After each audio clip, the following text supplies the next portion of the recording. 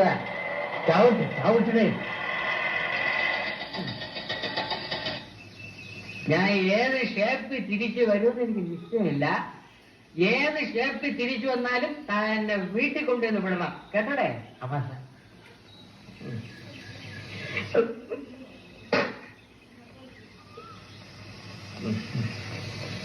ആരെങ്കിലും ഇല്ലടേ.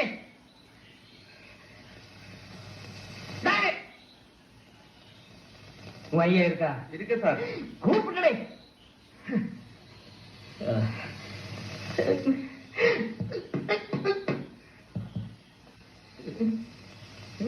നാരായണ.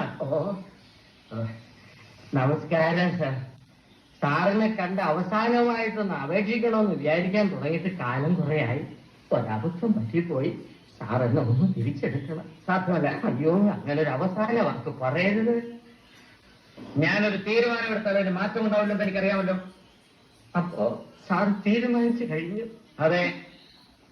അല്ല, എനിക്കറിയാൻ മേലാക്കൊണ്ട് ചോദിക്കുക. താൻ ആരുവാ? നാരായണ. ഊരായണ. പോവൻ. തനിക്കൊരു വിചാരമുണ്ട് താൻ ഏതോ കോപ്പിലെ വലിയ രാജാവാണ്. താൻ ഒരു പുല്ലുവൻ.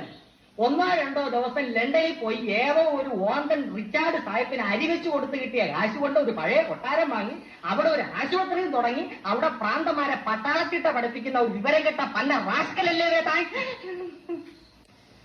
തന്നെ ഞാൻ 10 പറയണമെന്ന് വിചാരിക്കാൻ തുടങ്ങിയിട്ട് കാലം കുറയായി. താനൊക്കെ മറ്റേ ചിട്ടയിലാണല്ലേ, മിലിറ്ററി. പക്ഷേ ഞങ്ങൾ ജോലിക്കാരെ ചിട്ട പഠിപ്പിക്കുന്നതിന് മുമ്പ് താൻ തന്റെ മോളെ നിലയ്ക്ക് നിർത്തണം.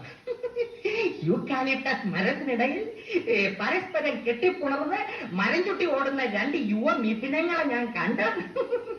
തന്റെ സ്വന്തം മോളും തന്റെ ആശുപത്രിയിലെ അനാവശ്യം പറയും. അവരുടെ ആവശ്യം തനിക്ക് അനാവശ്യമായിരിക്കും. ഞാൻ കണ്ടതേ പറഞ്ഞത്. തന്നോട് മാത്രമല്ല, ഈ നാട്ടിലുള്ള എല്ലാവരോടും ഞാൻ പറയുകയും ചെയ്യും.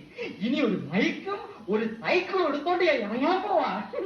രവീന്ദ്ര, തന്നെയും തന്റെ മോളെയും ഈ നാട്ടിൽ ഈ നാരായണൻ മാറ്റിച്ചില്ലെങ്കിൽ തന്റെ പേര് തന്റെ പട്ടിക്ക് താനിട്ടോ.